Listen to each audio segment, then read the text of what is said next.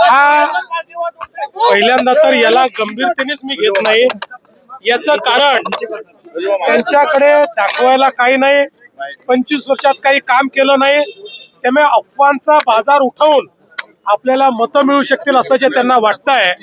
मला असं वाटतं 16 तारखेला हे स्पष्ट होईल, त्यांच्या अफवांवर कोणी विश्वास ठेवणार नाही। शिवसेना म्हणजे शहासेना असल्याचं 100% पराभव डोळ्यासमोर दिसतोय, म्हणूनच हे राजकारण चाललेलं आहे। शिवसेना म्हणजे शहासेना आणि भाजपाची बी टीम असल्याचं ते आरोप करतायत।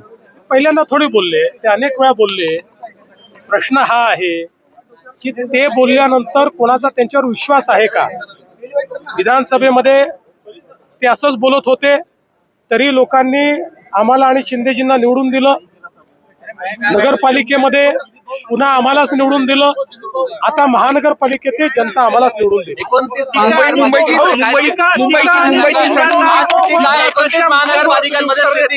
जनता विकासाच्या मुद्द्यावर पुन्हा एकदा मतदान करेल असं वाटतंय।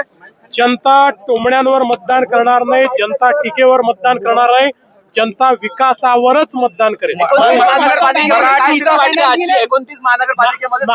माझा असा कयास आहे की 29 महानगरपालिकेत आमची स्थिती चांगली आहे।